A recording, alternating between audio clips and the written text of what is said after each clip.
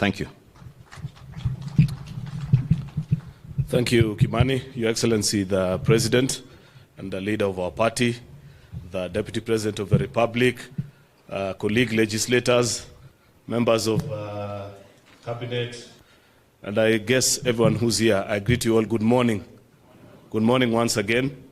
Well, I never tire, Your Excellency, to say how much it's a privilege for us to come together, especially those of us that are in Parliament. And we know the journey that we have walked to get this opportunity to interact and reflect on our journey this far, share what our views are, the challenges that we are facing, and how we can forge ahead to achieve the objectives that we set out for ourselves when we went out and spoke to the people of Kenya. Therefore, Your Excellency, allow me to appreciate this opportunity on behalf of the members of the Senate to interact with you and the members of the executive to share ideas and also just give an update of our work in Parliament, what is before us, the challenges that we're experiencing, and then forge ahead together as one united team. At the Senate, Your Excellency, we have had also a busy season the last few months, just before we went on recess. If you'll recall, members, actually, it was on account of business before the Senate that we had to stop the last PG, and we had interacted and reached a point where members were just about to make their remarks on various issues. But then because of the pending legislative work that was before us, we stopped and agreed to reconvene again. We're glad to be back here. At the Senate, Your Excellency, we have considered quite a significant number of bills that are key to the promises that we made to the people. And I want to take this earliest opportunity to appreciate the members of our side of the House who have all been extremely supportive. And at the times when we needed them, at least 90 to 99% have showed up and voted with us. It's not a very easy experience. And I say this knowing that perhaps very few people understand that remark. Perhaps only those that have served in the Senate understand the difficulty of raising the magical 24. It's never an easy business. And I am to appreciate that this present term of the Senate, members have been extremely supportive in passing business that has been forwarded to us. Quickly, Your Excellency, in the interest of time, I will mention that we are anxiously awaiting the housing bill, which the Honorable Lichungwa has spoken about. Once our colleagues in the Assembly conclude on it, we will definitely consider it. Chances are we have our slight different views on one or two issues, but as you know, we have been quite fast at agreeing and closing ranks every time us and the Assembly have a different view on any particular matter. In fact, I'm glad to report, and I appreciate our colleagues in the Assembly as well, that the 2 or 3 bills that have gone through a mediation process this time, within the first meeting, we were able to close ranks and agree, meaning those from the Assembly were able to see things from our perspective as Senate, and us were able to understand you as our colleagues from the Assembly. It's not very usual. The last 2 terms of Parliament, that never used to happen. In fact, it used to be, the meetings actually used to break down, Your Excellency, on account of who chairs. You sit down and you have the team from the Assembly, the team from the Senate. Just to agree on who leads the meeting will break that mediation process. But I'm glad and happy to report that we have come out of age as an institution and are now focused on the things that matter. Of course, we have quite a heavy program, but there are about 2 or 3 or 4 bills maximum that I just want to report, Your Excellency, that we shall be giving priority in the next few, maybe 2 or 3 weeks to conclude on, because of how key and integral they are to many of the plans that we have as an administration. The Food and Feed Safety Bill that is presently before our Agriculture Committee is in 2nd reading, Your Excellency.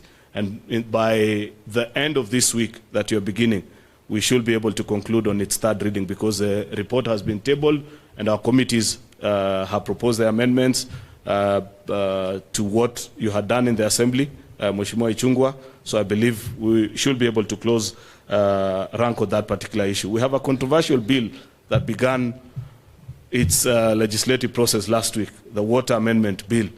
And while at this, I say to my colleague senators last week, and allow me to repeat it here, Your Excellency, that those that have served in Senate, Professor Kindiki, our first majority leader, you know that the easiest way that opposition can defeat a government bill, so to speak, in Senate is to declare it that this is anti-devolution.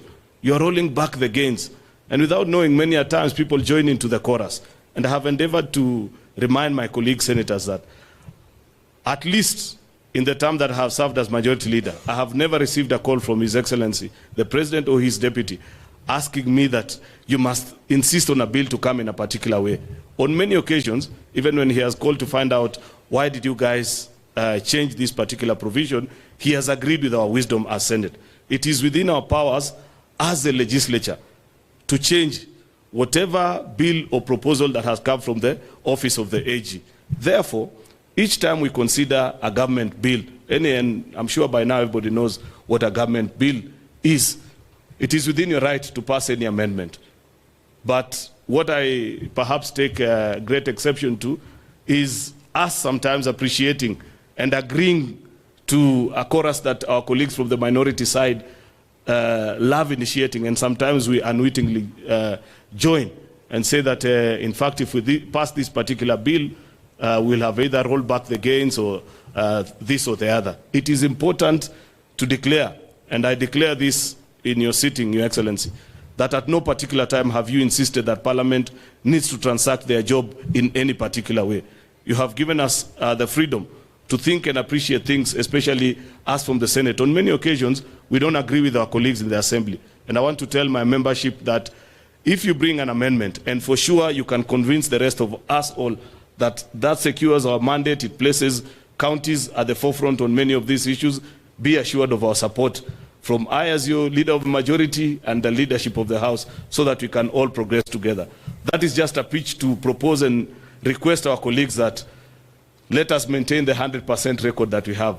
There is no government bill that has come to the Senate and has been defeated on any account. We amend, that is within our mandate, and that's our business. So I expect that on this water amendment bill, and Your Excellency, you know this is a bill that allows us to keep the promise that we made on the various water institutes that are in our counties, allowing them to enter into PPP agreements.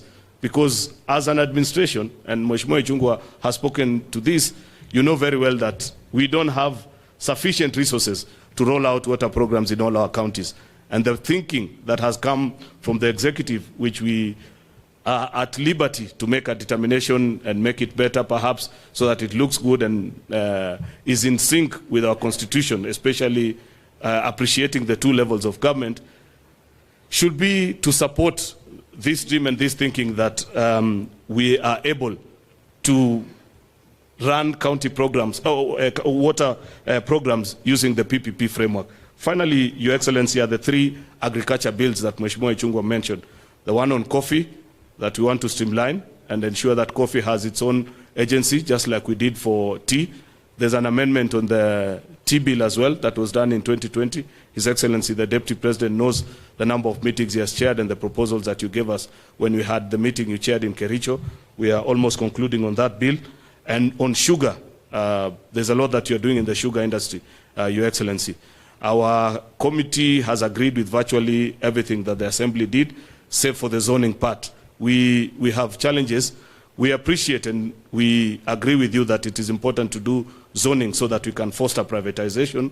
But the zoning formula that our colleagues in the Assembly took, we hold a slightly different view. We agree with the zoning that was proposed in the task force report that was done in the year 2020. And that's what we shall be proposing. Then, of course, we'll conclude.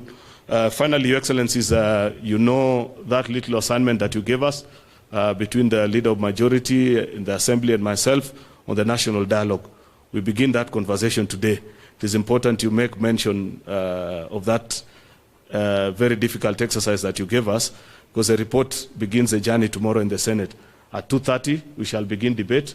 There are many things that are beneficial to us in that particular report.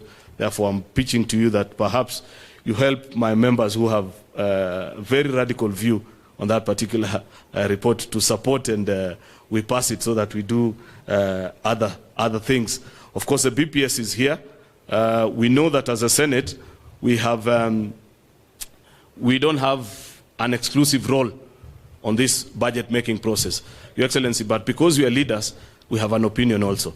And there's something that I'd wish to share on, that a concern that senators have, which we would wish to make as a request to you as a leader of the executive and as our colleagues in the assembly as well. If you look at our counties, Your Excellency, because of many of them borrow their budgeting framework from what is done in the executive. And we have done well in managing this economy, despite all the difficult challenges that we've had. But, Your Excellency, there's something that we can improve, and we should as a team.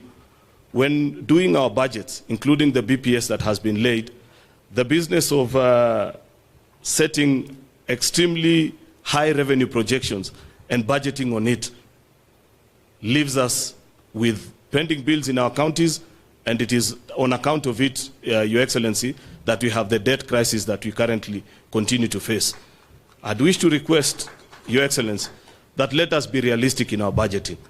There is no harm. And I believe many of the leaders that are here have no difficulty explaining to our constituents sometimes why certain projects will have to delay, because you have led the country in appreciating that we can manage our economy more prudently than we have done in the past. On account of that exercise, how the executive have done it at the national level, our counties have borrowed in. Many of our counties, they are projecting, on-source revenue of 1 billion shillings for a county that the last financial year collected 100 million. Then they issue jobs of 900 million. What do you have? People that are despondent, they have jobs they have done, but they cannot be paid because that money is not there.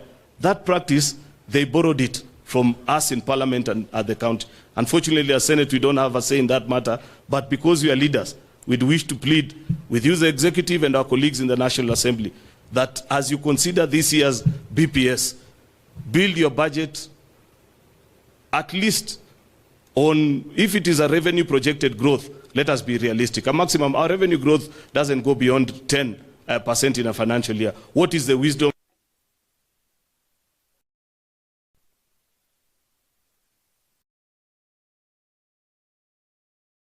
Forgive me, but I felt it is important for me to pass that point on behalf of senators. Therefore, with those very many remarks, colleague senators, allow me to take this opportunity to invite the truthful man. You know, Your Excellency, as you